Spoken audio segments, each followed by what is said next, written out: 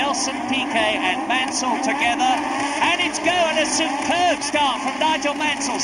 Hey everyone, welcome back to the channel. It is race weekend and we are kicking off the Formula 1 season in Melbourne for the Australian Grand Prix.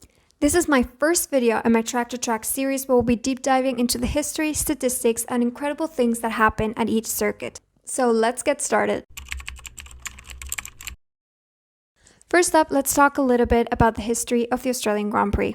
This race has taken place in 23 different venues, starting at Phillip Island in 1928, and has finally settled down in Melbourne with a contract that lasts at least until 2035. But even though this Grand Prix has existed for a long time, it only joined the Formula 1 World Championship in 1985 in the Adelaide Street Circuit. The Adelaide Circuit actually used to be the last race of the season, adding to the drama of the championship's conclusion. And in 1996, the event moved to its current home at Albert Park Circuit in Melbourne. This circuit has been modified over the years, but its current layout is 5.278 kilometers in length, with the race distance covering over 58 laps. The current layout of the track has 14 turns that combine high-speed straights, high-speed chicanes, and a heavy braking zone at turn 3 and 13, including 4 DRS zones.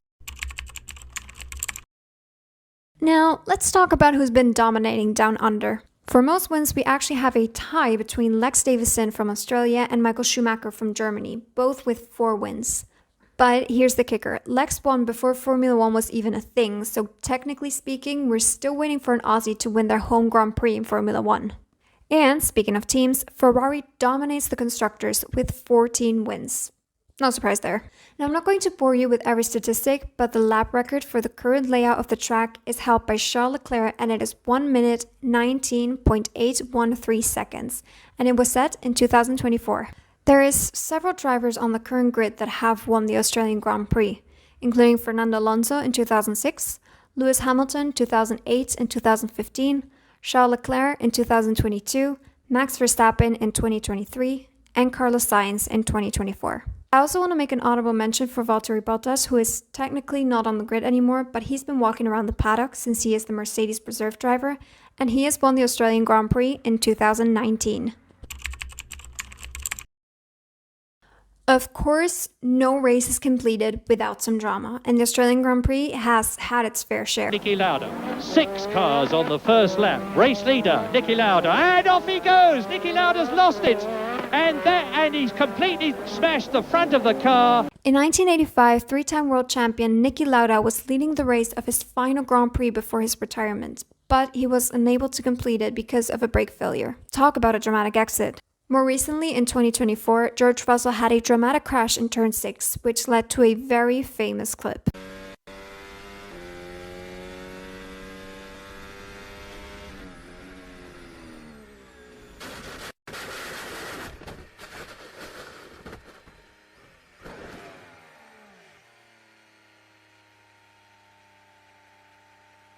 Red flag, red flag, red flag. I'm in the middle of a track. Okay. Red flag, red flag. Red flag, you got Stroll. Red, red, red, red, red. Since the incident, the turn has been modified to improve the safety of the race, but it's still a very technical turn, so I wouldn't be surprised if we saw 1 or 2 crashes during the weekend. But one of the most memorable moments of this Grand Prix was the 1986 final race. The 1986 season final race took place in Adelaide and had a 3-way championship battle between Nigel Mansell from Williams, his teammate Nelson Piquet, and McLaren's Alain Prost. Mansell had points advantage, meaning that he could secure the championship by finishing 4th regardless of his rival's results. The day before the race, he qualified in pole, putting him in a strong position. However, the race was incredibly tense with multiple lead changes and close battles. The championship climaxed when Mansell's left rear tire failed at high speed on lap 65, which ended Mansell's chance of securing the championship. Commiseration, sympathy, and all the other appropriate words for Keke Rosberg. He may have been prepared to move over. And look at that! And colossally, that's Mansell! That is Nigel Mansell, and the car absolutely shattered. He's fighting for control, and you can see what's happened. Mansell is out of the race. Now, this could change and will change the World Championship. That year, Alain Prost went on to win not just the race, but the championship as well. Alright, now it's time to look at this year's race. Tire strategies for this race are going to be key, especially with the evolving track surface and given that the forecast is calling for rain, which could make things very interesting. Now, I predicted in my Formula 1 bingo card that this year we'd have 3 races in the rain, and I would love to take one of them off. Also, this year we have 2 Aussies on the grid, so there is a possibility of an Australian winning their home Grand Prix for the first time in Formula 1 history. And I'm talking mostly about Oscar in this case. Now, what are my predictions for this year? For P3, I chose Charles Leclerc. As I said previously in some of my videos, Charles has done incredible in the Bahrain testings, and he has done very well in this track in the past. He holds the current lap record, and he won in 2022, so I think he'll do very well this year. For P2, I went with Lando Norris. Lando's obviously a great driver. He finished very strongly last year, and I think he'll continue that streak throughout the season. And it also helps that he's driving a McLaren. My 2025 Australian Grand Prix winner is Oscar Piastri.